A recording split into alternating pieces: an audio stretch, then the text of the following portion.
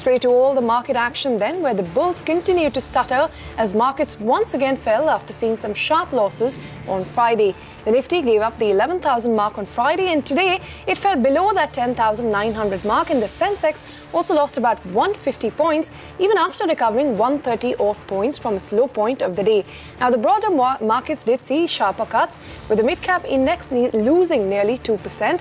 The mid-cap underperformance, of course, has been a running theme that we've seen over the last few sessions.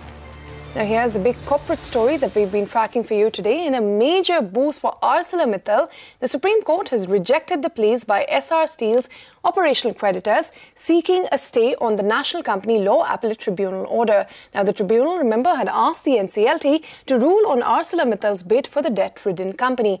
Some operational creditors to Essar Steel, however, were opposed to it, but the Supreme Court has now rejected their reservations. Ashmat Kumar, who has been tracking that case in the courts, is here with the latest. Ashmat, it is a big victory for ArcelorMittal. Take us to what the court had to say today. So the Apex Court, in a manner of speaking, has cleared the decks as far as approval. As far as the NCLT, Ahmedabad granting an approval to the Arcelor bid is concerned. Now, here are the facts of the case. Here was the issue at hand. The NCLT earlier this month had directed NCLT Ahmedabad to expedite the hearing, but in doing so, it had also directed that as far as operational creditors are concerned, only one single representative from among them will be allowed to express their concerns, objections, and any concerns they might have with respect to the Arcelor bid. Now, keep in mind there are 41 operational creditors. Obviously aggrieved by the case, aggrieved by that NCLT order, they had moved the Apex Court and they had voiced their concerns. Now, amongst the operational creditors that had moved, Gujarat's government had moved citing dues of 500, IOC had moved citing dues of 1,500 crore rupees. Their concern was similar, that the NCLT Ahmedabad should give them a fair hearing before they pass any orders. However, the concern that had been cited by Arcelor instead in return was that these operational creditors were acting at the behest of Essar promoters, that they were nothing but proxies and agents of Essar promoters, and that this was a delaying tactic being used by the Essar promoters. Now, on the back of those sharp charges, the Apex Court, we understand, has dismissed all the concerns, the petitions that had been filed by what we understand are the operational creditors, and in doing so cleared the decks for the NCLT Ahmedabad to go ahead and to pass final orders with respect to the Arcelor bid. Having said that, let's also keep in mind today was the deadline that the NCLT had given to NCLT Ahmedabad, failing which tomorrow the case will be listed before NCLT, and perhaps we could see the NCLT take over the proceedings. That, of course, is something we'll have to wait and see. For now, decks cleared for Arcelor's bid. Do hang on. We'll come back to you for another case that you've been tracking today. But before that, in the Essar Steel case, we understand that State Bank of India had put loans given to the company to the tune of 15,400 crore rupees on the block. And now we understand from sources that this offer has so far elicited only one bidder. Now, we understand that Bank of America Merrill Lynch is the only bidder that came forward to buy any loans at all from SBI as far as their Essar Steel exposure is concerned. And they are likely to have placed a bid to buy about 1,500 crore rupee worth of term loans from SBI.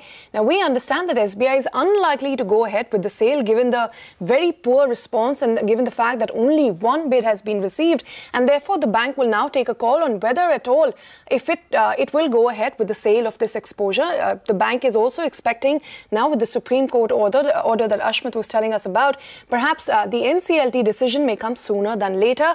The key reason for this poor investor interest in the sale of SRC loans, we understand, is the clawback criteria which SBI had put in its bid documents, which could be a potential reason for the kind of low interest that we saw today.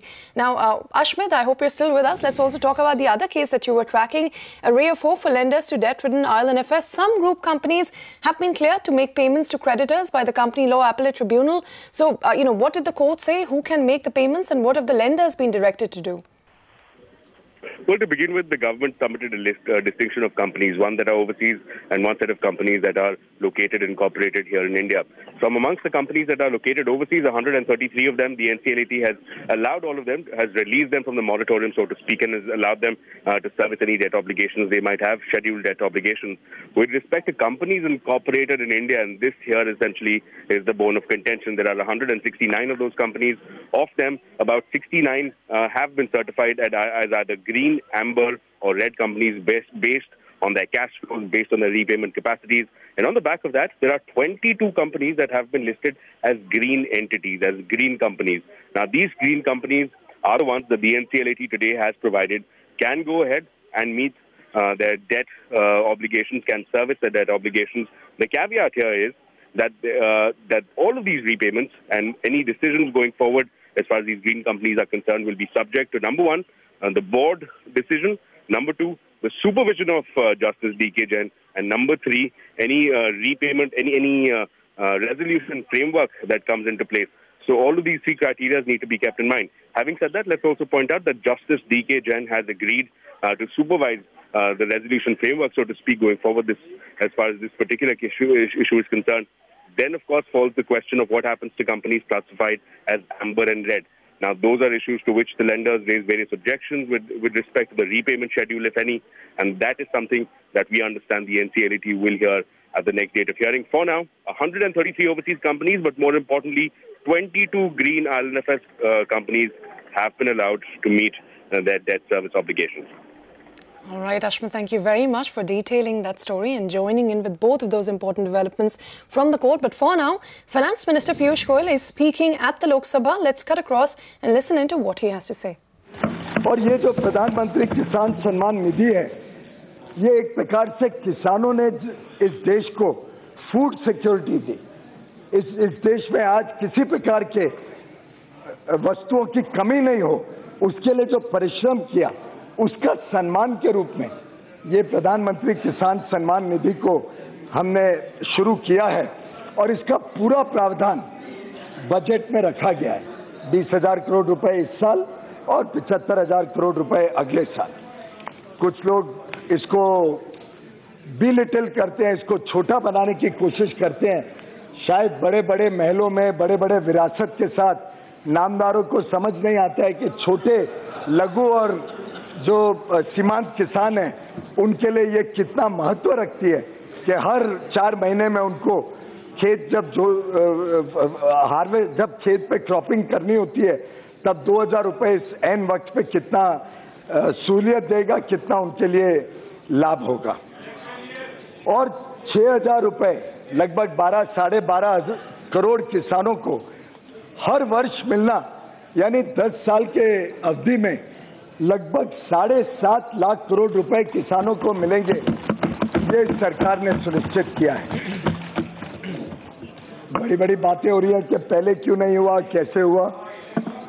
मैं देख रहा था कांग्रेस के 10 वर्ष। All right, Piyush Goyal there defending, the amount that has been set aside by the farmers, saying it is not a small amount, as has been ridiculed by some people. Priyanka Gandhi Vadra has hit the ground running as the new General Secretary of the Congress Party. She kicked off her 4-day campaign in Lucknow with a roadshow along with her brother and Congress Party President Rahul Gandhi and Jyotiraditya Scindia, who is in charge of the campaign in western Uttar Pradesh. Now, the leaders travelled in an open truck across 30 kilometres. Priyanka Gandhi will be focusing on the Congress campaign across 40 constituencies in Uttar Pradesh. This includes the Gandhi family bastions of Amethi and Rai Bareli and Prime Minister Modi's Varanasi, along with Yogi Adityanath's Gorakhpur. The rally also comes just days after a huge tragedy claimed nearly 100 lives across Uttar Pradesh and Uttarakhand. Gandhi demanded that the BJP government in both states take strict action against those that are responsible. Narendra Modi ji ने भ्रष्टाचार का जो clause था उसको मिटाया और अनिल अंबानी को 30,000 करोड़ रुपए का फायदा चौकीदार ने पहुंचाया। तो चौकीदार, और अब मैंने प्रियंका और सिंधिया जी को यहां का जनरल सेक्रेटरी बनाया है और मैंने उनको कहा है,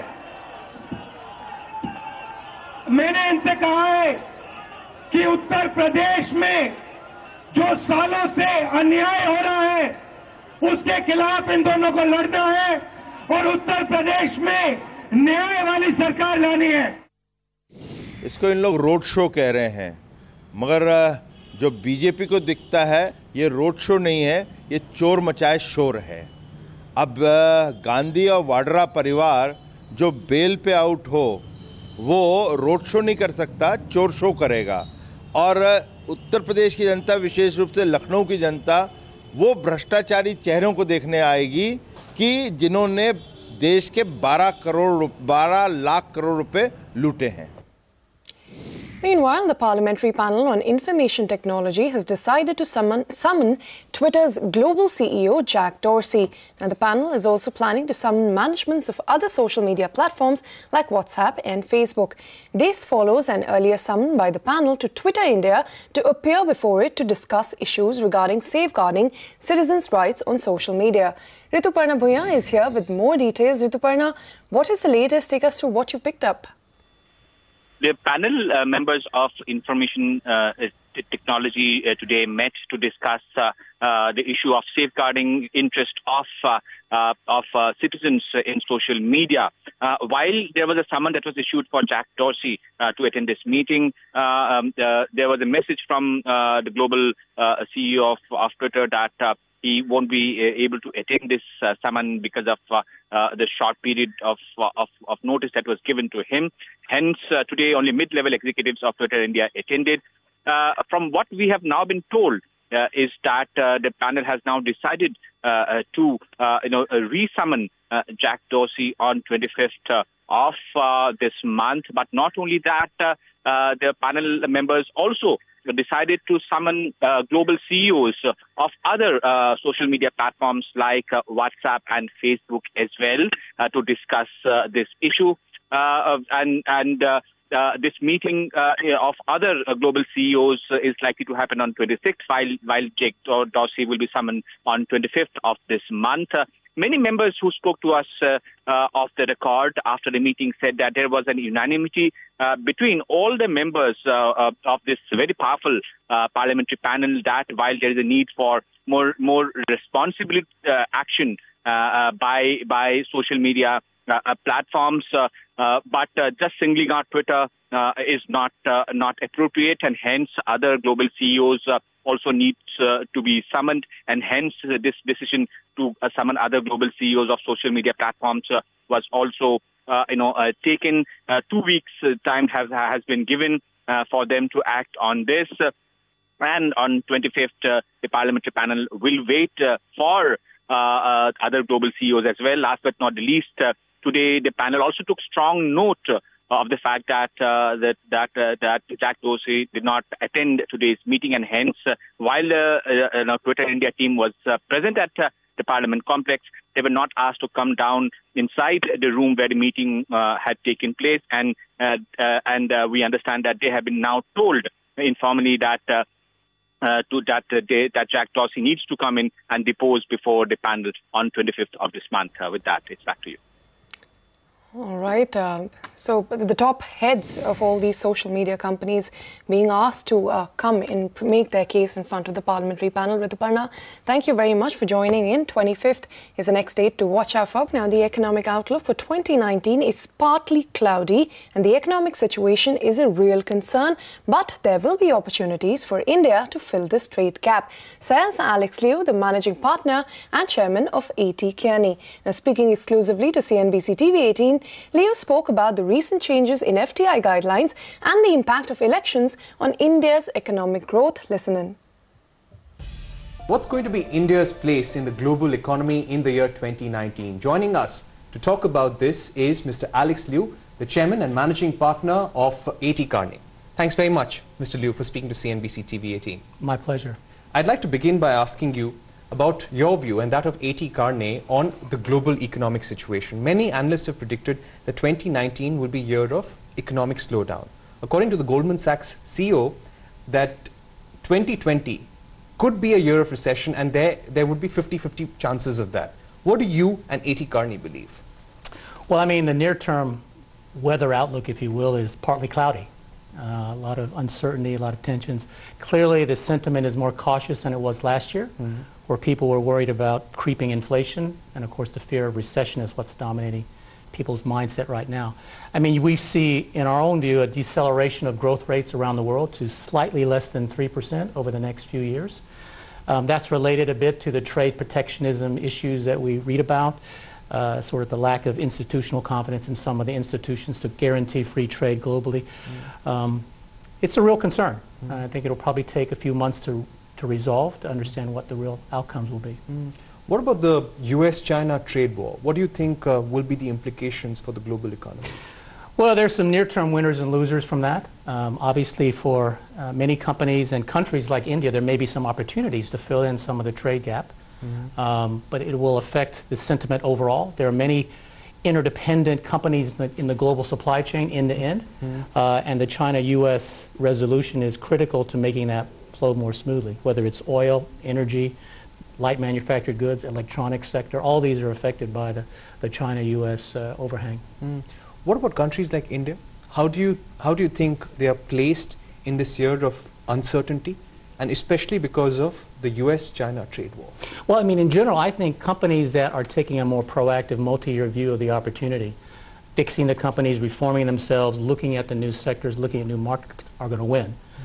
So if you are in India and you want to move towards more export-led manufacturing type of sector to turbocharge the services-led growth and excellence over the past decades, it's a good opportunity to invest in that type of sector. And I think the Made in India approach is actually timely for that, to maybe fill in the void on the manufacturing side. But it has to be a long-term commitment. Public-private partnership, minister-level support, tax support, economic zones and the like, just like Japan, Korea, and China over the last 20, 30 years. That's the success playbook. Perhaps countries like China, India should focus on that type of approach as well. At this point, how would you advise anybody who is investing in India, and what would your advice be for India on how to deal with this economic situation? Well, I was just at the Petrotech conference last few days, and I was very amazed at the vibrance of the oil and gas and energy sector, clean and renewables and the like. Some of the ingredients there, get world-class partners and the best ideas. Make big commitments to the infrastructure or to the sector that you're trying to invest in. Make sure that you have the right game plan for growth on the customer service side and the revenue side. So, I mean, you could apply that type of approach to any sector to attract foreign investment within India. That's just one example that I just top of mind in the last few days. Right. I read your FDI confidence index for 2018, and it said that investors are more bullish on the global economy than they have been since 2014. But this was in May last year. What would be the outlook for this year? Like I said, it's partly cloudy, and the optimism is more muted. It's much more defensive. I think companies and countries are in de-risking mode, not making major mistakes. There's some shoes that need to drop, whether it's Brexit, whether it's US-China, whether it's Venezuela. I mean, you pick the country, there is no shortage of those flare-ups that are happening just since last May. So understandably, objectively speaking, you can see why sentiment is much more defensive. I would expect in the next 6 months that some of those flare-ups will be cleared up, and then the weather becomes a little bit, maybe partly sunny if you're optimistic. But in the end, companies and countries have to reform themselves for the long term and the like. So structurally, I see a lot of positive aspects for global investment and foreign investment. I mean, there are 6 billion workers in the world, so the middle class is rising everywhere, and including in India, Indonesia, and other growth economies. So the quality of life pressure is pushing people to invest more in the local economies. There is a push for more infrastructure investments, so whether it's Middle East, whether it's U.S., which is long needed, whether it's the ongoing infrastructure investment in Asia. So in the grand scheme of things, I think Asia is going to benefit from the structural tailwind, even beyond the current partly cloudy situation. And if you look at the numbers, India, in 2050, #2 economy, ahead of the U.S. 2030, #3 ahead of Japan. And if you look at the BRIC economies and the MIT economies, Mexico, Indonesia, and Turkey, the E7, the emerging 7 economies, will be bigger than the Group 7 economies in 2030. So if you look beyond the immediate clouds, I think there are a lot of reasons to be confident about global investment. Talking about the FDI confidence index, in 2018, India slipped from the 8th position to number 11 on the list. How would you look at things for India now? Where do you think India would be on that FDI confidence index for 2019? Well, first, it's a composite score looking at everything, tax, regulatory environment, and the like. And so being in the top 10 is good around the world. So whether you're 8, 9, or 10, some people moved up like Switzerland primarily because of cryptocurrency regulations. From an India perspective, continue to focus on deregulation, investment in worker skill base, having attractive tax regime, a pro-business economy. Those are the key ingredients for any foreigner looking at investments in India. All right, with that, it's a wrap on this edition of Reporter's Diary. Thank you for watching, but do stay tuned to CNBC TV 18. Kings and Queens Rahul Gandhi is up next.